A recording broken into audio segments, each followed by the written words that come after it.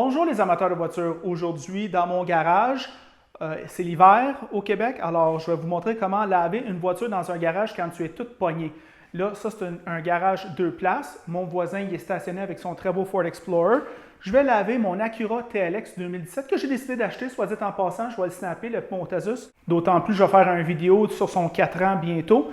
J'ai pris une chaudière pour laver la voiture, je l'ai remplie d'eau chaude un peu, à peu près jusqu'ici. J'ai aussi pris ma chaudière pour sécher la voiture et laver les fenêtres. J'ai mis de l'eau chaude là-dedans. Pourquoi j'ai fait ça? Parce que je vais prendre de l'eau froide de la hausse durant l'hiver. L'eau est toujours un peu plus froide.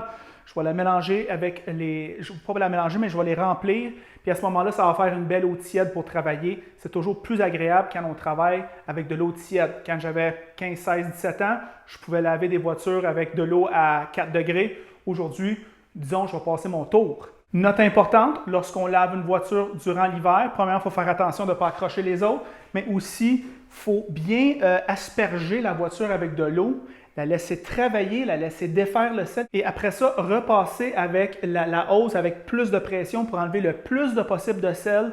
Parce que quand on enlève le sel, lorsqu'on vient pour laver, à ce moment-là, on va rentrer moins d'égratignures, moins d'hologrammes, moins d'éraflures dans la peinture. Et puis, ça va tout simplement nous empêcher d'avoir à faire un gros polissage au printemps. Moi, j'ai sauté une année de polissage parce que je lave tellement bien ma voiture. Puis, je vais vous montrer des petits trucs au fur et à mesure. Alors, je vais commencer par aller chercher la hausse. Ça aussi, c'est un défi dans un garage de même. Et puis, on commence ça. Alors, ce que je vais faire, c'est que je vais la dérouler au fur et à mesure que je marche pour ne pas accrocher la voiture du voisin.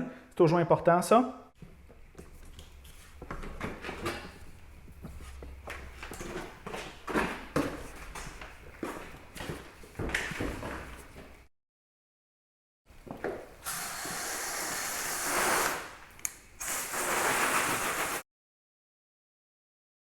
Vous allez vouloir utiliser beaucoup d'eau quand vous faites votre première passe. OK? Ça, c'est pour permettre de l'eau de bien se faire absorber par le sel et toute la crap qu'il y a sur la voiture.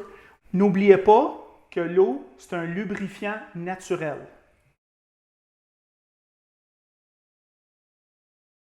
En arrière, c'est souvent problématique parce que tout le sel revole en arrière.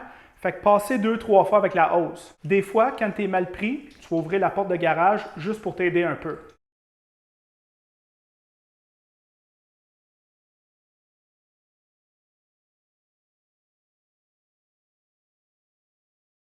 Rapidement, je vais le mettre sur une pression plus élevée. Je vais pouvoir enlever plus de sel.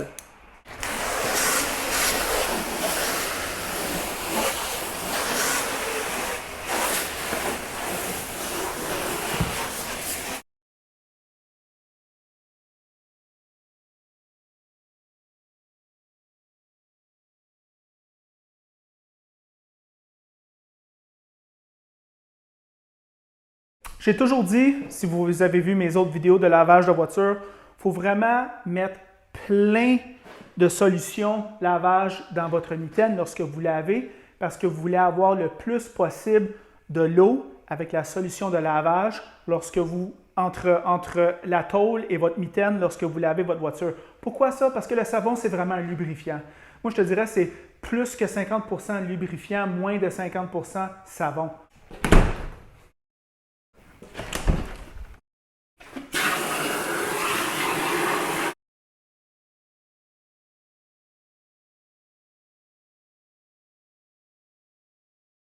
Alors, c'est la même chose quand on lave une voiture durant l'été ou durant l'automne. C'est qu'on commence par le haut, on laisse la solution couler sur les côtés et puis on fait attention de bien laver la guenille souvent, surtout en hiver parce qu'elle devient assez gommée assez vite et on ne veut pas, encore une fois, faire des dommages à la peinture.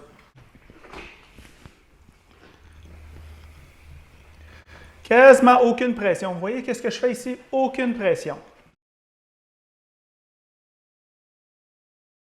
N'oubliez pas que votre mitaine a deux côtés, fait que c'est toujours bon de la virer de bord.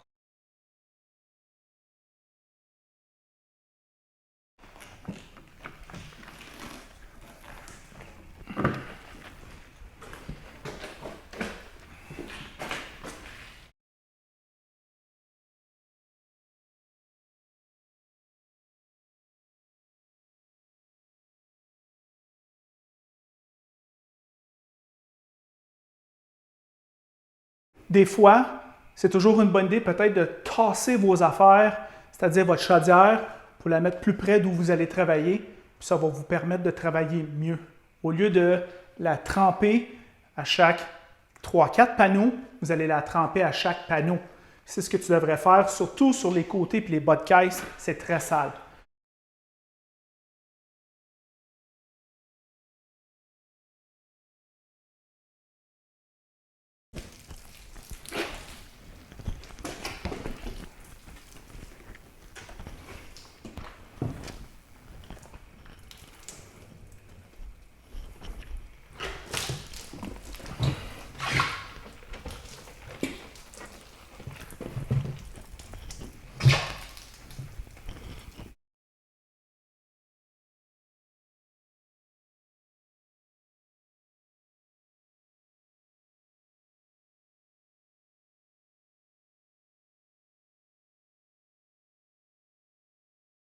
Là, je vais vous dire une couple de choses que vous pouvez remarquer. Parce que je suis un professionnel de l'entretien esthétique, forcément.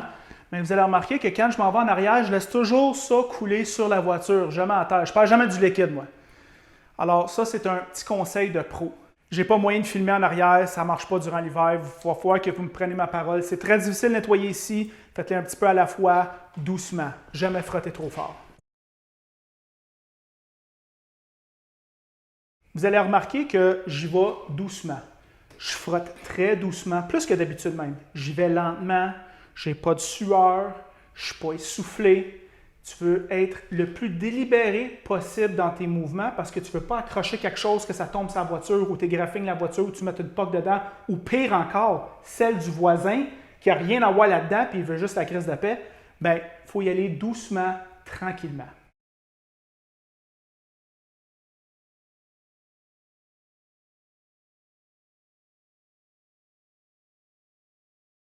Alors, ce que je vais faire, pas besoin de rincer la voiture tout de suite, c'est tellement humide ici, il n'y a pas de danger que ça sèche. Je vais laver les roues tout de suite.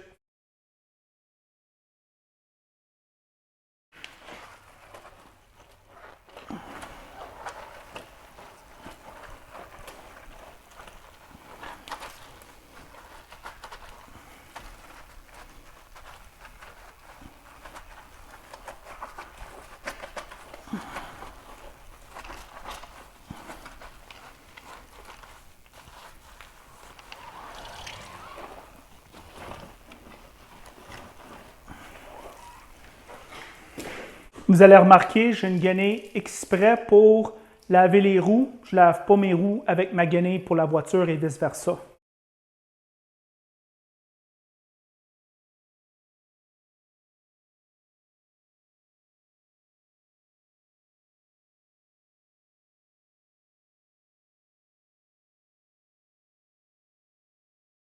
Dans ces situations ici, vous pouvez voir qu'on est assez serré. Rappelez-vous que le véhicule de votre voisin est pas mal plus important que le tien. OK? Parce que lui, il ne vous gosse pas. C'est toi qui es en train de le gosser.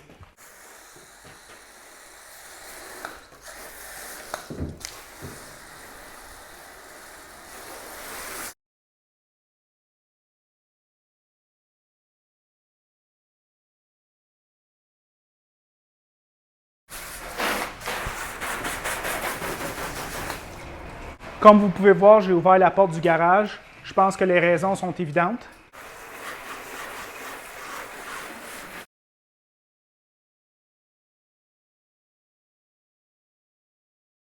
Là, je vais fermer cette porte-là parce qu'il commence à faire fret.